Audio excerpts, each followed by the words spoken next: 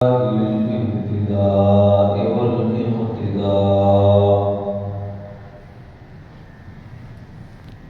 الذين هم مفاتيح الرحمة والمصابيح الغرر. أما بعد فأعوذ بالله من الشيطان الرجيم.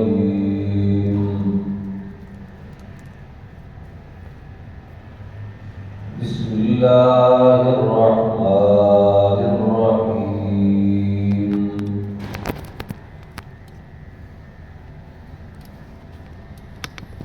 وتواصوا بالحق وتواصوا بالصبر. صدق الله. ومن أصدق من الله قيلا.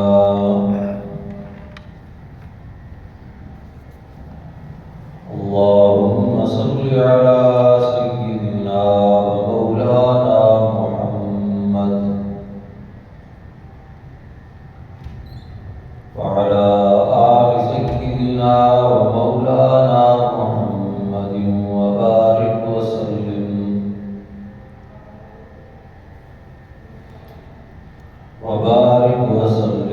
ثم صل عليه.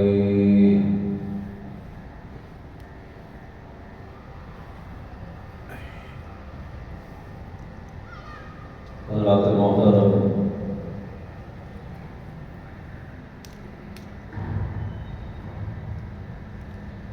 سورہ العصر کی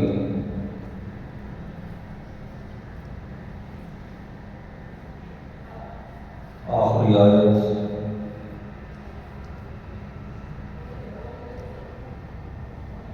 وتواصوا بالحق وتواصوا بالصبر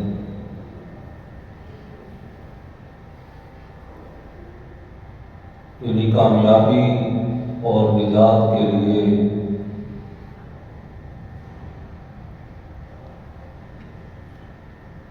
جو اصول اللہ رب العزت کی طرف سے مقرر ہیں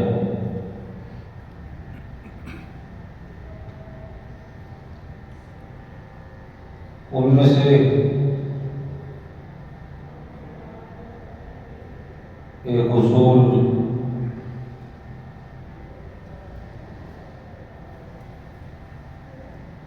واضح و نصیحت کا ہے، حق بات کی تلقین کا ہے،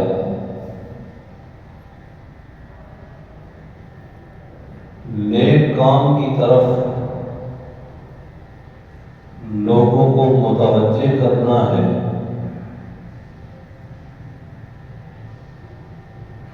اور برائی سے منکر سے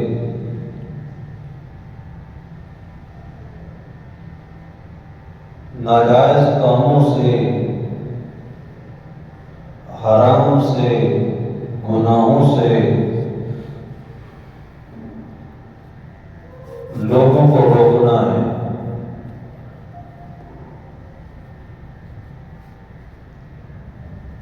لیکن ہمارے اس معاشرے کا ایک المیہ یہ ہے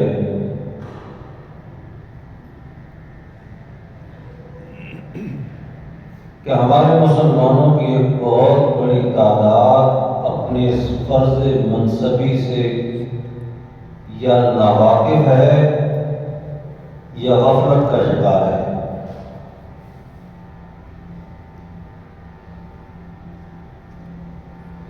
اولاً یہ در کے سب لینے کو تیار کوئی نہیں کہ ہمارے اس معاشرے اور ماحول اور سوسائٹی میں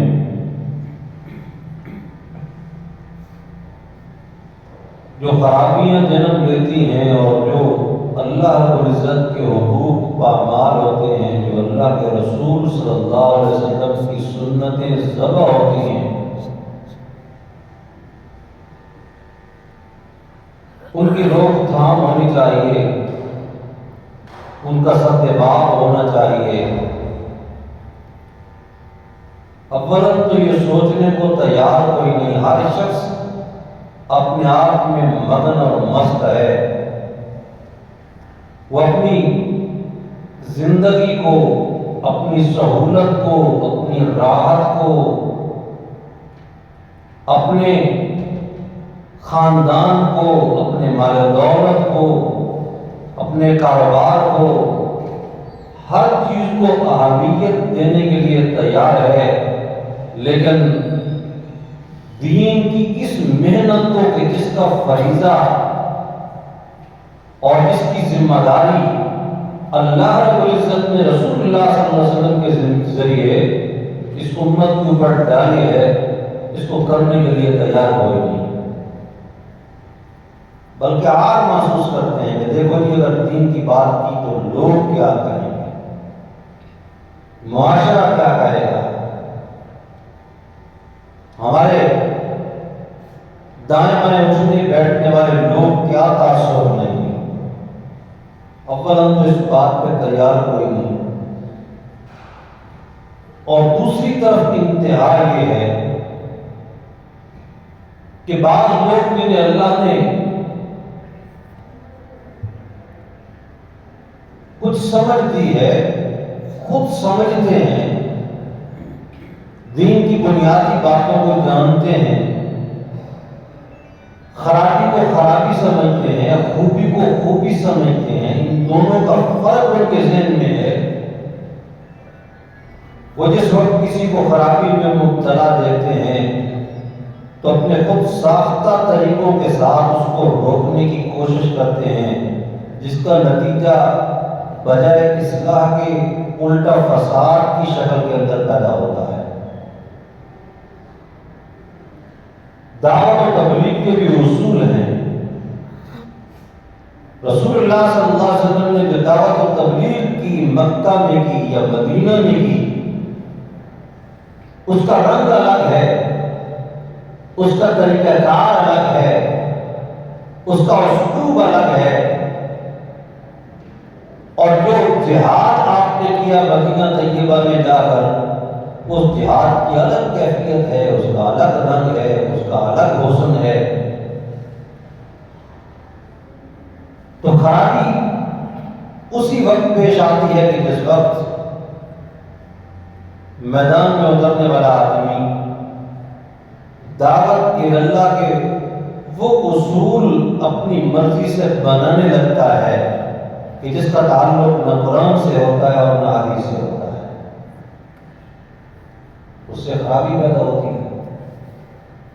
اس کے اصولوں میں آپ کو بتایا کہ جہاد میں تو سختی چلتی ہے، لیکن تبلیغ میں ہمدردی چلتی ہے، اور اللہ کے رسول صلی اللہ علیہ وسلم کو کہا گیا ہے فَلَعَلَّكَ بَاخِعٌ نَفْسَكَ عَلَىٰ آثَارِهِمْ إِن لَّمْ يُؤْمِنُوا بِهَٰذَا الْحَدِيثِ أَسَفًا۔ میرے پیغمبر، اتنا غم، اتنی کڑن آپ کے دل میں کہ یہ لوگ ایمان نہیں لاتے، کہیں یہ قرآن آپ کی جان نہ لے، کہیں آپ اپنی جان نہ گوا بیٹھے۔ پھر فرمایا فَبِمَا رَحْمَةٍ مِّنَ اللَّهِ لِنتَ لَهُمْ وَلَوْ كُنتَ فَظًّا غَلِيظَ الْقَلْبِ لَانفَضُّوا مِنْ حَوْلِكَ۔ یہ تو اللہ کی رحمت ہے، جس کا یہ ایک مظہر ہے کہ اس نے اپنی رحمت سے آپ کے دل کو نرم کیا ہے۔ آپ جو بات بھی کرتے ہیں تو نرم لہجے میں کرتے ہیں۔ اگر آپ کے لہجے میں نرمی نہ ہوتی، لو كنت فظا، آپ کے لہجے میں ترشی ہوتی، سختی ہوتی، تو یہ جو صحابہ کرام آپ کے گرد موجود ہیں، شاید ان صحابہ میں سے بھی کوئی آپ کا ساتھ نہ دے سکتا۔ تو اس سے معلوم یہ ہوا کہ جس وقت دعوت اللہ کا کام کرنے کے لیے انسان نکلتا ہے تو اس کو یہ دیکھنا پڑتا ہے کہ قرآن و سنت اس کے متعلق اصول کیا قائم کرتے ہیں۔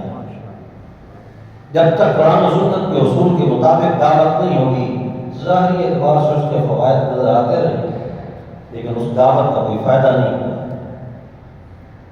سب سے پہلی چیز اپنے دل میں ہمدردی پیدا کرنا۔ اپنے لہجے میں مٹھاس پیدا کرنا. انبیاء علیہ السلام کو کہا جاتا ہے کہ دیکھو جی یہ تو سفی اور مجنون ہے. آگے سے نبی جواب یہ نہیں کہتا کہ تم پاگل اور تمہارے باپ زیادہ پاگل. جواب میں کہتا یا قوم لیس بی صفاۃ، اے میری قوم میرے اندر کون سی خرابی ہے کہ جس کی بنیاد پہ تم مجھے مجنون کہتے ہو. دیکھو میں تمہارے اندر چلتا پھرتا باتیں کرتا فیصلے کرتا اور ایک معزز اور محترم آدمی ہو. تم مجھے محض میری دعوت کی وجہ سے سفی قرار دینے لگے. پیغمبر کی بات کر کے پھر اپنی دعوت شروع کر دیتا ہے. اس لیے کہ جس وقت انسان اللہ کے دین کی دعوت دینے کے لیے نکلتا ہے تو راستے میں الجھاؤ، کانٹے، دامن پکڑنے والی چیزیں، راستے کو کھوٹا کرنے والے اسباب قدم قدم پر اس کو ملتے ہیں. اس کو یہیں روک لیا جائے، یہیں الجھا دیا جائے، یہ اپنی منزل کی طرف نہ جائے، یہ کام نہ کر سکے، یہ محنت نہ کر سکے. حضرت موسیٰ و ہارون علیہ السلام کے متعلق آپ کو بتاتا ہے قرآن کہتا ہے، کسی قصے اور کہانی والی کتاب کی بات نہیں. قرآن کہتا ہے اللہ نے حکم دیا اذهبا الی فرعون انہ طغی، فرعون سرکش ہو چکا ہے، جاؤ اس فرعون کی طرف. حضرت موسیٰ و ہارون علیہ السلام کو حکم ہے. پھر آگے بڑھنا قولا لہ قولا لینا لعلہ یتذکر یخشی. اللہ کو تو معلوم تھا نا کہ اس نے ایمان نہیں لانا. اللہ سے کیا بات چھوٹی، تو سب کچھ جانتا ہے. جو کچھ ہو چکا اور جو کچھ ہونے والا ہے، کائنات کے ذرے ذرے کا علم کس کے پاس ہے؟ ایک اللہ کے پاس. لیکن فرمایا بات نرم لہجے میں کرنا. تو جو بات آپ کو بتلانا چاہتا ہوں کہ جس وقت انسان دعوت دینے کے لیے جاتا ہے، دانے بائیں الجھانے والی چیزیں، موضوع کو بدلنے کے اسباب، الٹی سیدھی باتیں یہ درمیان میں سامنے آتی ہیں. قرآن کی تعلیم یہ ہے، انبیاء علیہ السلام کی دعوت کا طریقہ کار یہ تھا کہ جو بات چل رہی ہے اسی کو اہمیت دی جائے. کوئی الجھانا چاہے تو اس کے الجھاؤ میں نہ ہو. تو حضرت موسیٰ علیہ السلام نے دعوت دینا شروع کر دی. کہا کہ میرا رب وہ ہے جو آسمان کا خالق، آسمان کا مالک، آسمان کو پیدا کرنے والا، زمین کو پیدا کرنے والا، کائنات کا نظام چلانے والا. یہ دعوت جس وقت شروع کی کہ تو کیسا رب ہے، تو رب نہیں، تیرے اختیارات کیا ہیں؟ اختیارات اس کے ہیں کہ جس کی مرضی کے بغیر کائنات میں پتہ بھی نہیں ہل سکتا.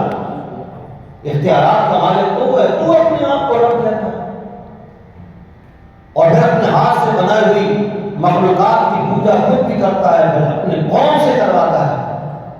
اب جب دلائل کے ساتھ موسیٰ علیہ السلام نے بات کی تو اس نے دیکھا کہ قوم متاثر ہو رہی ہے. تو اس نے آگے سے سوال کیا کہ جو ہمارے پہلے آباء و اجداد گزر چکے ہیں، جن کے نظریات ہمارے جیسے تھے، ان کے متعلق تیرا کیا خیال ہے؟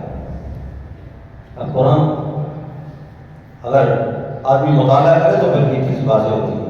اب دیکھو اس کا مقصد کیا تھا، قوم متاثر ہو رہی ہے. تو موسیٰ علیہ السلام یکدم کہیں کہ وہ بھی گمراہ تھے اور تو بھی گمراہ ہے. اب یہ بات کہیں گے، اب اس کے بعد یکدم ہجان اور اشتعال کی کیفیت پیدا ہو جائے گی اور جو موضوع اور جو تقریر موسیٰ علیہ السلام کے یہ درمیان میں رہ جائے گی. تو موسیٰ علیہ السلام تو فرعون کو نیچا دکھا رہے ہیں لیکن دلائل کے ساتھ، بہترین اسلوب کے ساتھ. لیکن اس نے کہا فما ظنک بالقرون الاولی، جو پہلے والے گزر گئے ان کے متعلق تیرا کیا خیال ہے؟ موسیٰ علیہ السلام نے جواب میں کہا علم و عند ربی فی کتاب، ان کے متعلق اللہ جانتا ہے، اللہ کے ہاں پہنچ چکے ہیں. اس بات کو چھوڑو جو بات میں کہہ رہا ہوں اسی طرف چلو. آگے چلنا شروع کر دیا. یعنی سب سے پہلے دل میں ہمدردی ہو، پھر گفتگو کا انداز آہستہ ہو، پھر مد مقابل جتنا مرضی شقی ہو، بدبخت ہو، فوہر مزاج ہو، گالی گلوچ کا عادی ہو، اس کی کسی بات کا جواب، گالی کا جواب گالی سے نہ دیا جائے. لا تسبوا الذین یدعون من دون اللہ فیسبوا اللہ عدوا بغیر علم فرمایا کہ جو لوگ اللہ کے علاوہ دوسروں کو پوجتے ہیں، ایک معنی یہ ہے ان کو گالم گلوچ نہ کہو، یا پھر جن کو وہ پوجتے ہیں ان کے معبودوں کو برا بھلا نہ کہو، کہیں وہ جواب کے اندر اپنی اس جہالت کی بنیاد پر تمہارے سچے معبود کو نگاری دینے لگے۔ لہذا انداز آہستہ ہو، گفتگو میں وزن ہو، دلائل سے مزین گفتگو ہو، گالم گلوچ نہ ہو، بد مزاجی نہ ہو، بدخلقی نہ ہو، بلکہ انسانی اقدار اور انسانی رویوں کی جب نوبت آئے اس وقت اتنا بہترین رویہ اور نمونہ ان کے سامنے پیش کرو کہ وہ یہ سوچنے پہ مجبور ہو جائیں جو دین اتنے اچھے اخلاق سکھاتا ہے وہ دین کبھی جھوٹا نہیں ہو سکتا۔ اسی لیے آپ سن چکے ہیں کہ عیسائی عورت کے سر پہ دوپٹہ رکھتے ہیں جناب محمد رسول اللہ صلی اللہ تعالیٰ علیہ وسلم، پھر ساتھ فرمایا بیٹی تو ہے نا، اگر کسی کی بھی بیٹی تو بیٹی ہوتی، اور یہ چیز ان کے اسلام لانے کا سبب ہے۔ اور صفوان بن امیہ بڑے سرداروں میں سے، مکہ فتح ہو گیا، ابھی ان لوگوں میں سے تھا جن کے متعلق باقاعدہ اعلان ہو چکا تھا کہ کہیں نظر آ جائے تو چھوڑنا نہیں، عبداللہ بن ابی سرح، حضرت وحشی جو بعد میں مسلمان ہوں گے، صفوان بن امیہ، ہند، یہ عورت، مختلف ان کے نام لے کر رسول اللہ نے فرمایا کہ یہ لوگ کہیں نظر آ جائیں، حتیٰ کہ کعبہ کے پردے کے نیچے چھپے ہوئے نظر آ جائیں، پھر بھی پکڑ کے میرے پاس لانا۔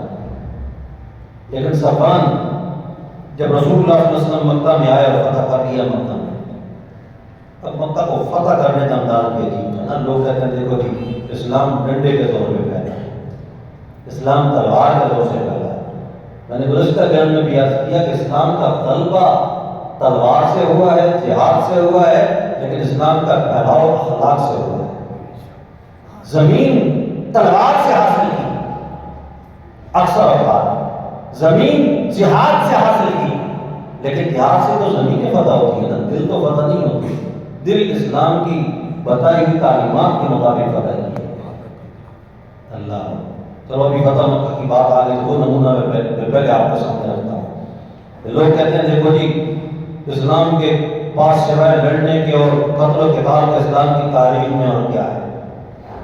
مکہ میں آ رہی ہے جناب محمد رسول اللہ صلی اللہ علیہ وسلم، جو آپ کا اپنا مولد ہے، جہاں پیدا ہوئے، جہاں لڑکپن کو لایا، پھر جوانی کو لایا، پھر وہیں پر نبوت آپ کو ملی، پھر 13 برس تک ظلم و ستم کی چکی میں آپ بھی صحابہ بھی پستے رہے اور نہ آپ پستے رہے۔ بھائی کسی کا کوئی زمین کا جھگڑا تھا، کوئی ایک بتلا دے کوئی شخص کہ مکہ مکرمہ میں جو رسول اللہ صلی اللہ علیہ وسلم کے ساتھ شامل ہونے والے صحابہ کرام کی جو تعداد تقریباً 300 سے کچھ اوپر نیچے بنتی ہے، جو کہ کچھ حبشہ ہجرت کر کے گئے تھے، کچھ پھر بعد میں آپ کے ساتھ ہجرت کر کے مدینہ گئے، ان میں سے کسی کا بھی پورے مکہ میں کسی کے ساتھ 1 روپے کا بھی جھگڑا ہو، کوئی جھگڑا نہیں تھا۔ زمین کے 1 انچ کا جھگڑا ہو، کاروبار کی شراکت داری کا جھگڑا ہو، کوئی جھگڑا نہیں تھا، صرف دعوت کی بنیاد پہ تھا نا۔ یہی ہے کہ رسول اللہ صلی اللہ علیہ وسلم کی دعوت یہ ہے کہ لا الہ الا اللہ، اس پوری کائنات میں عبادت و پکار کے لائق اللہ کے علاوہ اور کوئی نہیں۔ 2 ہی تو مسئلے بیان ہوتے تھے پوری 13 سالہ زندگی میں۔ ہجرت کی قریب نماز کا حکم آیا، اور آپ یہ بھی حیران ہوں گے سن کر، اس کے بعد سال سوا سال کے اندر ہجرت کا حکم آ گیا، لیکن نماز کی پوری تفصیلات پھر مدینہ میں اتری۔ اس سے پہلے نماز نہیں، روزہ نہیں، حج کا باقاعدہ حکم نہیں، حالانکہ ہوتی تھی لیکن حکم نہیں تھا، زکوٰۃ نہیں۔ 2 ہی مسئلے ہیں، ایک یہ ہے کہ اس پوری کائنات میں عبادت اور پکار کے لائق، کام بنانے والا، بگڑیاں سنوارنے والا، رزق عطا کرنے والا، اولادوں سے نوازنے والا، قحط سالیوں کو ختم کرنے والا، موت و حیات کا مالک، عزت و ذلت کا مالک، بیماری اور صحت کا مالک اگر اس پوری کائنات میں اگر کوئی ہے تو صرف اور صرف ہو ایک اکیلا اللہ ہے۔ لہذا ان جیسی حاجات میں عبادت و پکار اللہ کے علاوہ کسی اور کی کرنا جائز ہو نہیں۔ وہ تو کلمے کا مفہوم سمجھتے تھے نا، بس یہی چل رہا ہے۔ آگے سے جواب ہو جاتے تھے اجعل الآلہۃ الہا واحدا، کیا اتنے ڈھیر سارے معبود، کسی کو ہم بارش والا سمجھتے ہیں، کسی کو ہم بیماری والا سمجھتے ہیں، کسی کو ہم صحت والا سمجھتے ہیں، اور کسی کو عزت و ذلت کا مالک سمجھتے ہیں، کسی کے ذمہ کوئی کام، کسی کے ذمہ کوئی کام، ایک شعبہ ایک کے حوالے، دوسرا شعبہ دوسرے کے حوالے، یہ جو 360 اپنے مکہ میں رکھے ہیں یہ سارے ختم، ان سب کو چھوڑ کے بس ایک ہی کو پوچھنا ہے۔ ان ھذا لشیء عجاب، عجاب عربی زبان میں ان مبالغہ کا سیکھا ہے۔ یہ جو بات کہتا تھا یہ تو اتنی عجیب و غریب ہے جو ہماری عقل سے بھی اوپر کی بات ہے، حالانکہ عقل سے اوپر کی بات نہیں ہے۔ عین عقل والی بات یہ ہے کہ جس کا رزق کھاتے ہو عبادت و پکار بھی اسی کی ہونی چاہیے، جو عطا کرتا ہے سجدہ بھی اسی کا ہونا چاہیے، تقسیم بھی اسی کے نام پہ ہونا چاہیے۔ کتنی سادہ بات ہے، لیکن ظلم ہے، ستم ہے، مارا جا رہا ہے، پیٹا جا رہا ہے، گھسیٹا جا رہا ہے، کانٹے بچھائے جا رہے ہیں، پتھراؤ ہو رہا ہے، بائیکاٹ ہو رہا ہے۔ 3 سال تک شریعت کی تعلق میں آپ بند رہے، پہاڑیوں کے درمیان ایک جیل بنائی گئی، اس جیل میں آپ کی اور آپ کا خاندان پورا بند رہا 3 سال تک۔ بھوک اور افلاس کا عالم یہ تھا کہ پورے قبائل کو کہہ دیا گیا کہ خبردار کوئی ایک دانہ بھی اس جیل کے اندر نہیں پہنچنا چاہیے، اور کوئی قافلے والے جو دور دراز سے گزرتے تھے جن کے ساتھ اپنا کوئی لینا دینا نہیں ہوتا تھا، کوئی غیر بارات نہیں ہوتی تھی، جا کر ان سے مل دم و غلہ خرید کے پھر مکہ میں لے کے آ جاتے تھے کہ یہاں تو کسی کی ضرورت نہیں کہ کوئی بیچ سکے، باہر کا کوئی آدمی ان تک پہنچا دیں۔ اس حد تک ہے، حتیٰ کہ وہ لوگ وہاں پر رہنے والے لوگ چمڑے کو بال کے کھانے پہ مجبور ہو گئے، جڑی بوٹیاں پتے اکھیڑ کے کھانے پہ مجبور ہو گئے۔ اب اتنی صبر اور برداشت کے ساتھ یہ 13 سال کا زمانہ گزرا، اور پھر ایک صحابی کا تذکرہ کرو تو خدا کی قسم انسان کی عقل دنگ رہ جاتی ہے۔ حضرت بلال کے ساتھ کیا ہوا، حضرت سہیل کے ساتھ کیا ہوا، حضرت خباب کے ساتھ کیا ہوا، جو کمزور تھے ان کو تو خوب ظلم و ستم کی چکیوں میں پیس کے رکھ دیا گیا۔ حضرت سمیہ کو 2 لخت کیا گیا، عورت ذات تھی، 2 اونٹوں کے ساتھ مانگ کے درمیان میں وجود کے 2 ٹکڑے کر دیے۔ لیکن آج جب آپ مکہ میں واپس آئے ہیں، اللہ نے وعدہ کیا تھا نا، ان الذی فرض علیک القرآن لرادک الی معاد، میرے پیغمبر جس ذات نے آپ پر قرآن اور اس کے احکام کو فرض کیا ہے وہ ذات آپ کے مشن کو پیر تکمیل تک پہنچائے گی، اور جس جگہ کو چھوڑ کے جا رہے ہو اسی جگہ اللہ دوبارہ واپس آئے۔ آپ پھر واپس آئے، 8 سال کے بعد واپسی ہو رہی ہے، اور ان 8 سال میں اسلام کو اللہ نے خوب مضبوط کر دیا۔ اب جب واپس آئے تو بظاہر کتنا ظلم و ستم ہو چکا تھا، اتنے بڑے بڑے قبائل 250-300 آدمیوں کے اوپر جب ظلم کرتے ہیں، بالخصوص ان میں سے کمزوروں کے ساتھ، خود رسول اللہ صلی اللہ علیہ وسلم کے گلے میں کپڑا ڈال کے آپ کو ختم کرنے کی کوشش کی گئی، بڑی بڑی چٹانیں آپ کو مار کر ختم کرنے کی کوشش کی گئی، آپ کے وجود مبارک کے اوپر اونٹ کے اندر سے نکلی ہوئی گندگی کو ڈالا گیا۔ کس حد تک ظلم و ستم ہوا؟ اب دنیا کا کوئی اور فاتح ہوتا کیا توقع رکھنی چاہیے؟ تہس نہس نہ کر دیتا ہر چیز کو۔ کہ دنیا میں آج کی تعظیم کے جو ٹھیکیدار موجود ہیں یہ سمجھتے ہیں کہ دنیا میں ہم نے امن قائم کرنا ہے۔ جب مسلمان ممالک کے اوپر حملے ہمارے اپنی اسی نگاہوں کے گویا کے سامنے ہوئے، آپ میں سے ہر لوگ ہر شخص جانتا ہے کتنے معصوموں کو مارا گیا، ایسے ایسے بم برسائے گئے افغانستان کے اندر، عراق کے اندر، کہ ایک بم ایک جنگل کو ختم کرنے کے لیے کافی ہے، آبادیوں پہ وہ بم برسائے گئے، لیکن اس کے باوجود وہ امن کے ٹھیکیدار ہیں۔ اور اسلام کہتے ہیں کہ کوئی تلوار کے زور میں پیدا، تلوار کے زور پہ کسی کا دل نہیں جیتا جاتا، علاقے تو پتہ ہوتے ہیں، دل نہیں جیتا جاتا، دل اس طرح جیتا جاتا ہے کہ جناب محمد رسول اللہ صلی اللہ تعالیٰ علیہ وسلم فاتح بن کر مکہ میں داخل ہو رہے ہیں، انداز میں کوئی تکبر نہیں، آپ نے اپنا سر جھکایا حتیٰ کہ آپ کا سر مبارک جو تھا وہ اونٹ کی کوہان کے ساتھ لگ رہا تھا، اس کی گردن کے قریب جھک رہا تھا۔ آپ کعبۃ اللہ کی طرف رخ کر کے سجدے کی حالت کے اندر داخل ہوئے تاکہ کل کوئی شخص یہ نہ کہہ سکے کہ اس فاتح کا انداز متکبرانہ انداز تھا اور سجدے سے بڑھ کے اور بڑی عاجزی کا نام میں کوئی نہیں ملے۔ اس انداز میں آپ داخل ہوئے اور جب پھر مجرمین کو لایا گیا، لڑائی کی تو خاص نوبت نہیں ہے، اکا دکا واقعات ہوئے لڑائی کے، لیکن جس نے کوشش کی وہ پسپا ہو گیا، چند چوریاں تھیں، برائے نام خون ریزی ہوئی، لیکن جب مجرمین سامنے پکڑ کے لائے گئے، اب اپنی برادری کے لوگ تھے، ان میں سے بہت بڑی تعداد ان لوگوں کی تھی جنہوں نے ظلم و ستم کیا ہوا تھا اپنے ہاتھوں کے ساتھ۔ آپ نے فرمایا کہ اب تم میرے سامنے ہو، بتلاؤ کیا کرنا چاہیے تمہارے ساتھ۔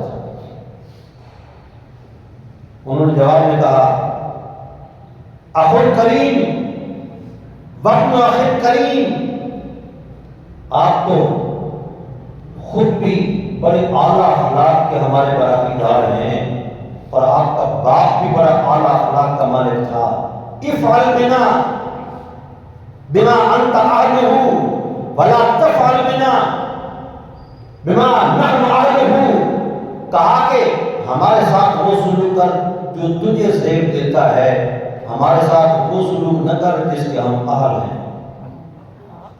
اس میں کوئی شک نہیں کہ اہل کو ہم اسی کے ہیں کہ ہمیں سزا دی ہے، لیکن جو سلوک آپ کو زیب دیتا ہے، آپ بڑے خاندان اور اعلیٰ اخلاق کے ہیں۔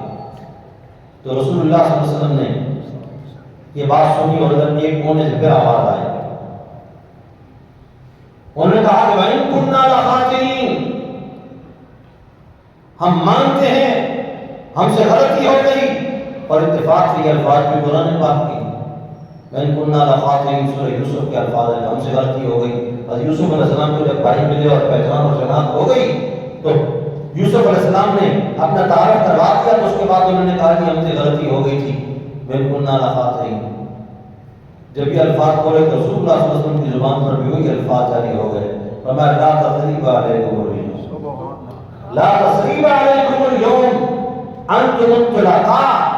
آج یہ تثریب عربی زبان ہے، اس کو تھوڑا سا کھولنا پڑے گا، جو عربی دان ہوں وہ تو سمجھ جاتے ہیں کہ لا تثریب کا معنی کیا ہے۔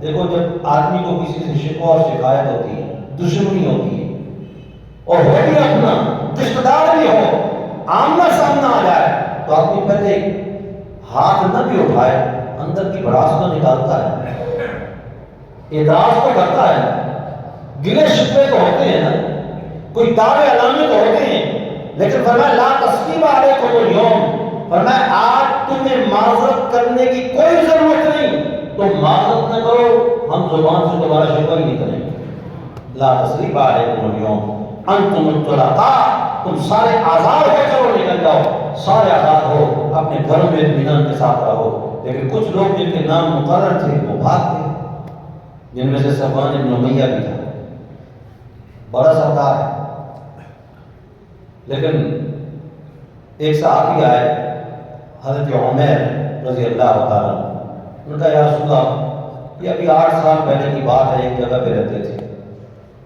میری اس کے ساتھ بڑی اچھی دوستی تھی، تعلق تھا، میں اللہ کے فضل سے مسلمان ہو گیا ہوں، مجھے کچھ موقع مل جائے تو امید ہے وہ بھی مسلمان ہو جائے، آپ صرف اتنی اجازت نہیں کہ میں اس کو آپ کے سامنے پیش کر سکوں، میں اس کو لاتا ہوں، آپ اس کو امان دے دیں۔ تو میں عمر تو کہتا ہے ٹھیک ہے، ہم نے اس کو امان دے دیا، ٹھیک ہے، ہم نے امان دے دیا۔ یہ اسلام کا اصول ہے، ذمۃ المؤمنین واحدۃ یسعی بہا ادناہم، یہ اسلام ہے، اس کے اندر قومیت اور نسب کا بھی اتنا بڑا دخل نہیں۔ اسلام میں یہ اصول بیان کیا گیا کہ جس وقت کافروں کے اوپر فتح ہو رہی ہو، اس وقت اس معاشرے میں سب سے کمزور آدمی، مادت کے ساتھ جوتیاں گانٹنے والا، موچی مسلم کوئی بھی ہو لیکن مسلمان ہو، اگر وہ امیر کو یہ کہہ دے کہ فلاں کو میں نے امان دے دی ہے، امیر کو اجازت نہیں کہ وہ اس کی امان کو خراب کرے، وہ کہتا ہے کہ مسلمان کی امان کتنی وزنی ہے تو اس بڑے سے بڑے کافر کو بھی بخشا جا سکتا ہے۔ ادھر تو حضرت عمیر نے کہا یا رسول اللہ مجھے اجازت ہو تو میں اس کو لاؤں؟ فرمایا ٹھیک ہے لے کے آؤ۔ کہا یا رسول اللہ وہ اس طرح نہیں آئے گا، جس طرح آئے گا آپ اپنی نشانی دیں۔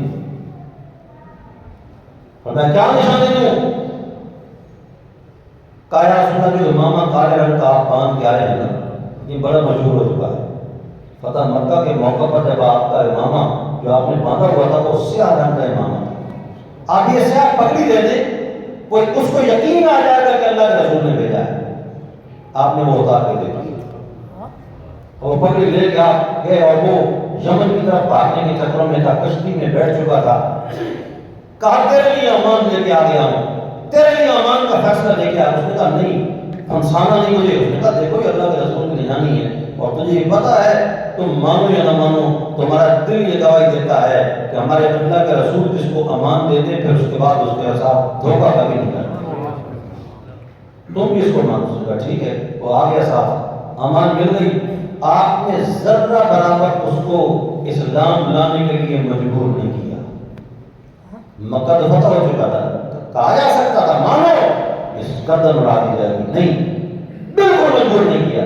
فرمایا صفوان جب ہم نے تجھے امان دے دی ہے نا، ٹھیک ہے تم اسلام قبول کر نہ کر یہ تو تیرے اپنے اختیار کی بات ہے، ہمارے ساتھ رہ تو سکتا ہے؟ چلو ٹھیک ہے جی میں آپ کے ساتھ رہوں گا، کہ چلو معمولات دیکھتا رہے گا، اثر ہو جائے گا۔ اب حنین کی طرف جانا تھا، غزوہ حنین کے لیے تلواروں کی کمی تھی۔